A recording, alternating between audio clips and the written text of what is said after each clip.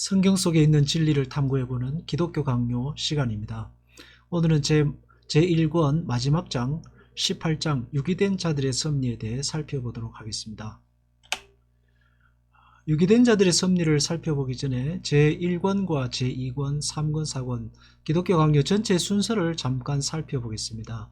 이것을 살펴보는 이유는 이 기독교 강요의 전체 순서를 잘 이해해야지 왜 이 논리가 이렇게 진행되고 있다라는 것을 알 수 있기 때문입니다. 제1권은 창조주 하나님에 관한 지식을 다루고 제2권은 그리스도 안에 계신 구속자로서의 하나님에 관한 지식을 다루고 있습니다. 제3권은 그리스도의 은혜를 받는 길, 은혜의 방편을 다루고 제4권은 그 은혜로 부름받은 자들을 교회 공동체로 인도하시고 그 안에 있게 하시는 이유, 곧 교회론을 다루고 있는 것입니다. 자, 우리가 지금까지 제1권을 살펴보았는데 창조주 하나님에 관한 것입니다. 창조주라는 말 속에는, 창조라는 말 속에는 창조하실 뿐만 아니라 통치와 다스림을 모두 포함하고 있습니다. 하나님의 창조는 구속자로서의 하나님에 관한 필수적인 토대입니다. 하나님께서 세상을 창조하시고 다스리시고 섭리하시지 않는다면 하나님께서 우리를 구속하시고 그 구속을 영원히 유지하실 수 없게 되는 것입니다. 그러므로 반드시 창조주 하나님, 섭리하시고 다스리시는 하나님이셔야만 구속주로서 하나님이실 수 있는 것입니다. 그래서 칼빈은 제1권에서 창조주 하나님에 관한 지식을 먼저 다루고 제2권에서 구속주로서의 하나님, 예수 그리스도에 관해 다루고 있는 것입니다. 그러므로 우리의 신앙도 예수 그리스도를 통해서 비록 시작했다고 하지만 그러나 창조주 하나님, 창조하시고 섭리하시고 다스리시는 하나님에 대한 든든한 기초가 없으면 구속주 예수 그리스도에 대한 신앙이 흔들리게 되는 것입니다.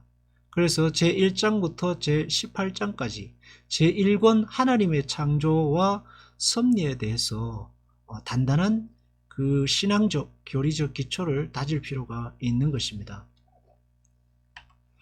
18장 살펴보겠습니다. 유기된 자들의 섭리.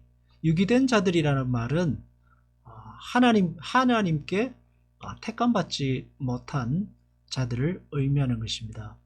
자, 1번 1항은 단순한 허용이 아니다. 2항 하나님은 인간 안에서 어떻게 일을 추진하시는가. 3항 하나님의 의지는 단일하다. 4항 하나님께서 자신의 목적을 위하여 불경자들을 사용하실 때에도 하나님은 비난의 대상이 되지 아니한다 하는 4개의 항으로 18장이 구성되어 있습니다.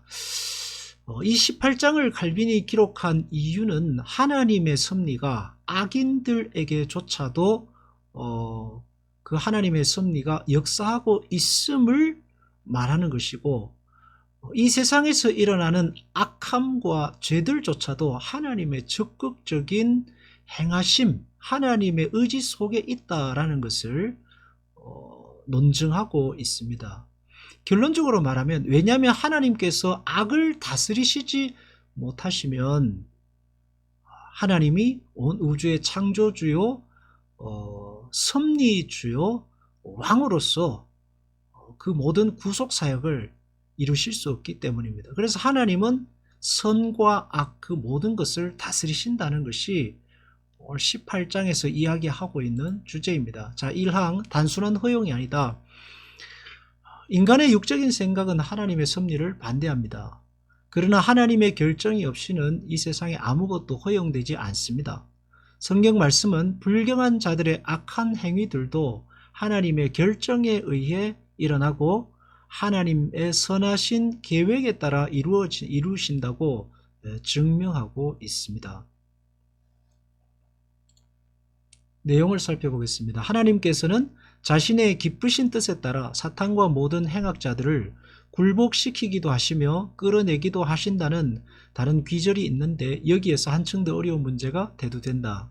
그것은 하나님께서 저들을 통해 활동하시면서 어떻게 저들의 범죄에 의해 오염되지 않으시는지, 심지어는 하나님이 저들과 더불어 일을 하시면서 어떻게 모든 죄책을 면할 수 있으시며 나아가서는 그가 사용하시는 자들을 어떻게 정당하게 정죄하실 수 있는가 하는 것은 육적인 생각으로서는 거의 이해할 수 없다.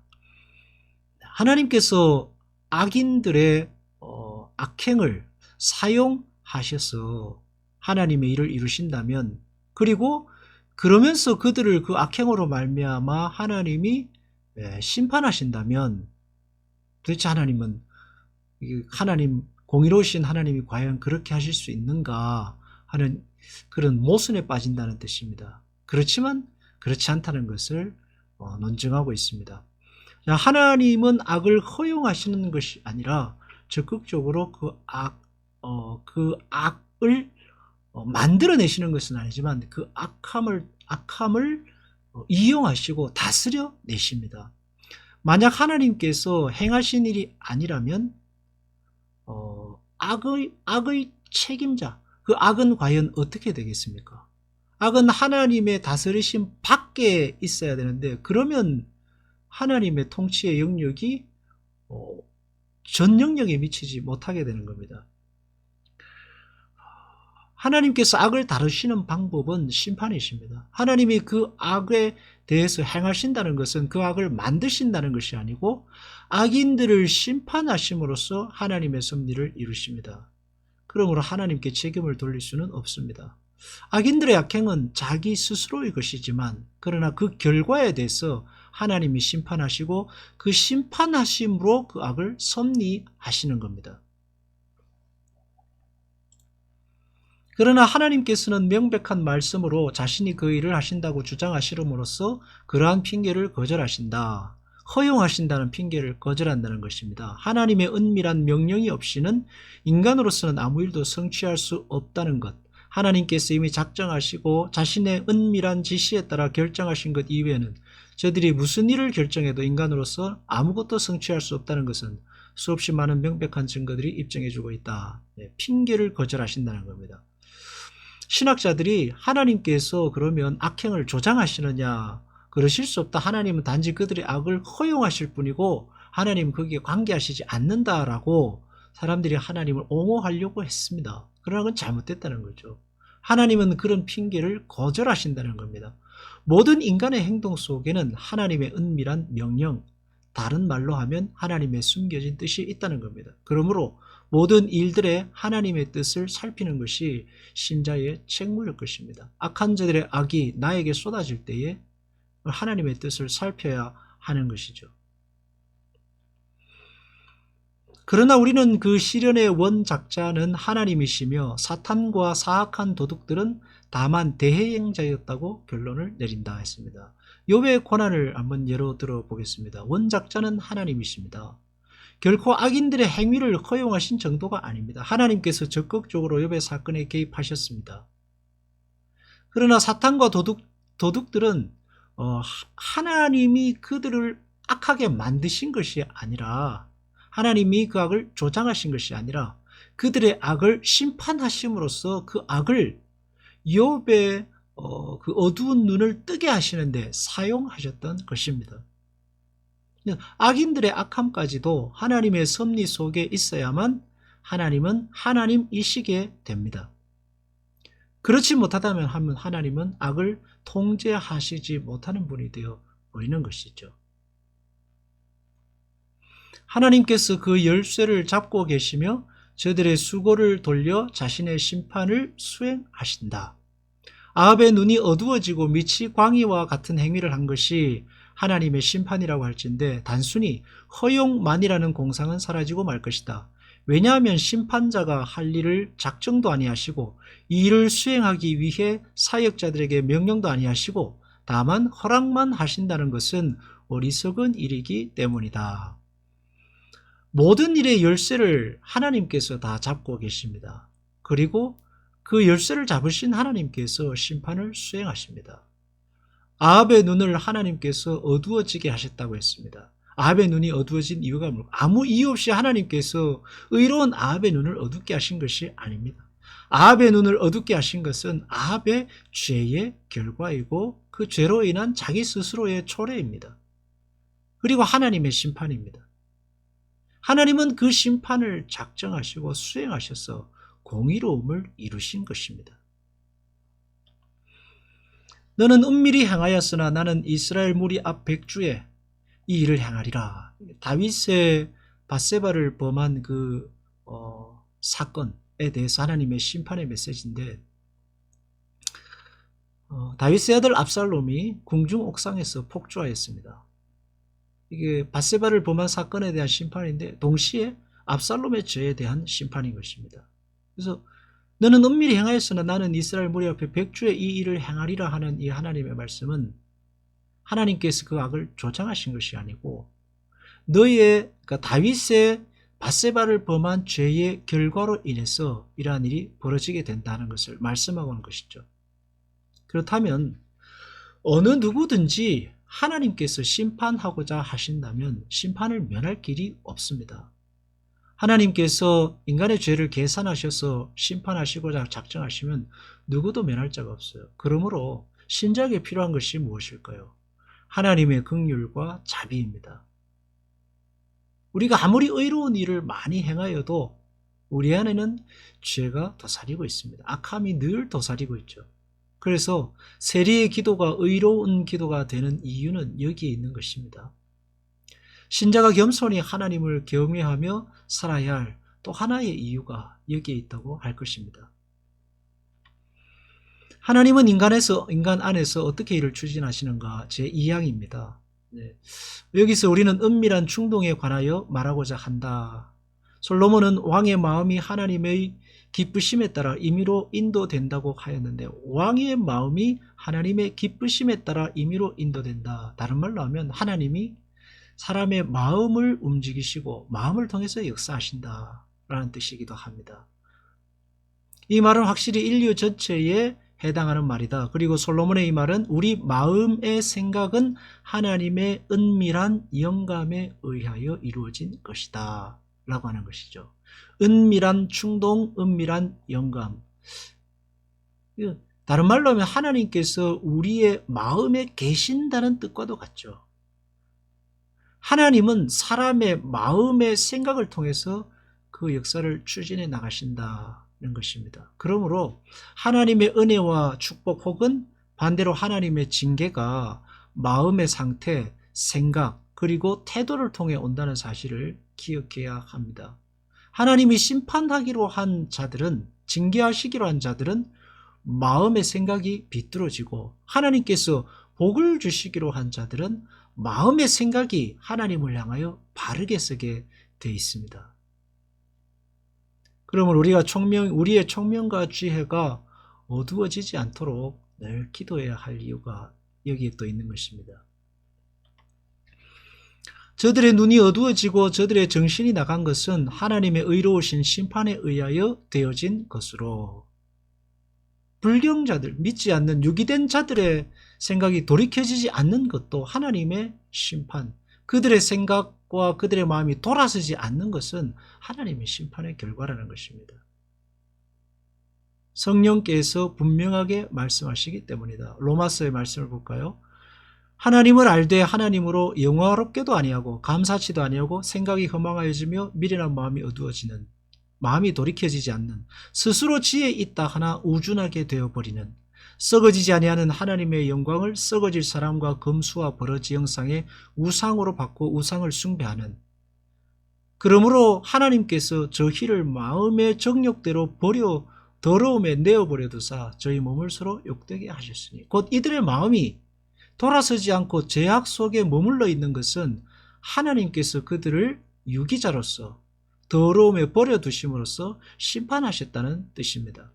그러므로 우리의 마음을 돌이키셔서 내가 하나님 안에 있고 말씀으로 나를 비추어 보고 나의 양심을 깨우고 살아갈 수 있게 하시는 그 모든 생각의 결과가 하나님으로부터 온다는 사실을 기억해야 합니다.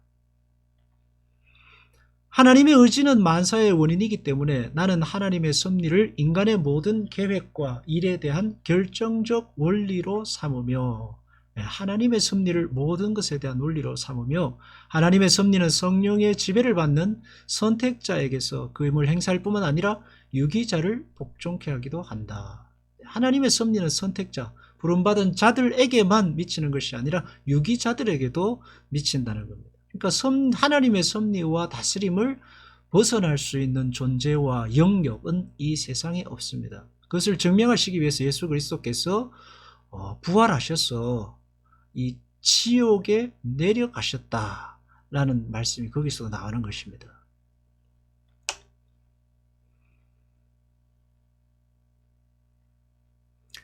사망은 하나님의 의지는 단일하다는 주제를 다루고 있습니다. 이 말은 뭐냐 하면 이 하나님의 의지가 하나님의 뜻에 반대되는 쪽으로 흘러도 하나님의 의지는 반대로 가는 것이 아니고 단일한 방향을 향해 가고 있다는 뜻입니다. 내용을 보겠습니다. 비록 하나님의 의지에 반대되는 것일지라도 하나님께서 원하지 아니하시면 아무 일도 이루어지지 않는 것이다. 왜냐하면 그가 허락지 아니하시면 하나도 그대로 되어지지 않았을 것이기 때문이다. 그렇지만 그는 마지못해 허용하시지 않고 기꺼이 허용하신다. 그리고 전능하신 하나님께서 악에서 선을 만드시지 않는 한 선하신 하나님께서는 악의 행위를 허용하지 않으실 것이다. 하나님의 의지에 반대되는 일이란 말은 세상의 악함을 말합니다. 세상의 악함이 허용되는 이유는 하나님께서 그것을 통해서 하나님의 뜻, 공의를 이루시기 때문입니다. 그리고 그 일들을 통해서 선하심을 창조해 나가시는 그 하나님의 깊으신 뜻이 거기에 담겨 있기 때문이죠. 그래서 시편은 111편 2절에 여호와의 행사가 크시니 이를 즐거워하는 자가 다 연구하는도다. 하나님의 행사와 방법이 놀랍고 형언하기 어렵다는 것입니다. 그 속에 감추어진 비밀을 우리가 어찌다 헤아릴 수 있겠습니까? 그것을 조금씩 헤아려 가는 것이 성숙한 신앙으로 가는 길일 것입니다. 제4항, 하나님께서 자신의 목적을 위하여 불경자의 행위를 사용하실 때에도 하나님은 비난의 대상이 되지 않는다. 앞에서 계속 설명했습니다. 하나님은 범죄의 창시자가 되실 수 있는가? 아니다는 것입니다. 하나님은 그 범죄를 심판하심으로 그것을 사용하시는 것입니다. 하나님은 행악자들을 사용하셔서 자신의 은밀한 심판으로 작정하신 것을 성취하시지만 행악자들을 사용하셔서 심판으로 작정하신 것을 성취하신다라고 했습니다. 그러니까 그 행악자들의 악을 심판의 도구로 쓰신다는 거죠. 저들이 하나님의 교훈에 순종이 난 것처럼 용서받지는 못한다는 사실이다. 실상 저들은 자신들의 정욕에 따라 고의적으로 하나님의 교훈을 파괴하는 자들이다. 하나님께서 저들을 악한 도구로 쓰시고는 또 그 악 때문에 저들의 죄를 벌하신다. 그런 뜻이 아니라는 이야기입니다. 그들의 죄의 결과로서 심판이 주어진 것이고 그 심판이 하나님의 섭리의 도구로 쓰여진다 하는 겁니다. 은밀한 심판으로서 하나님의 불경자의 행위를 사용하심은 그들의 행위가 하나님의 책임이 아니라 불경자의 죄의 결과임을 말해주고 하나님은 공의로 행하실 따름입니다. 하나님은 그래서 아무 죄가 없는 무죄한 의로운 자들을 악의 도구로 쓰시지는 않습니다. 하나님은 사악한 자의 마음속에서도 자신이 원하시는 바를 행하시되 그들의 심판을 통해서 행하시는 거죠. 그들의 공적에 따라 보응하시니 어느 누가 그 심판을 두려워하지 않겠는가. 악한 자들의 악을 쓰심은 악인들의 강공적에 따른 보응의 결과, 하나님의 심판의 결과입니다. 유다의 반역을 예로 들어볼까요? 그의 죄악의 결과이죠. 예수님을 십자가에 내어준 것도 그의 악함의 결과이고 그렇지만 그것이 하나님의 심판의 도구로 쓰임이 되었습니다. 하나님께서 유다를 악하게 만드셔서 쓰신 것이 아니라 그의 악이 자신을 그렇게 만들었고 하나님은 섭리를 통해서 그 악함을 심판하심으로 그렇게 사용되게 하신 것입니다. 하나님의 섭리는 선과 악 그 모든 것을 아우르는 전우주적 섭리입니다. 하나님의 다스리심과 섭리를 벗어나는 것은 있을 수 없습니다. 그래서 하나님의 섭리는 언제나 공의로우십니다.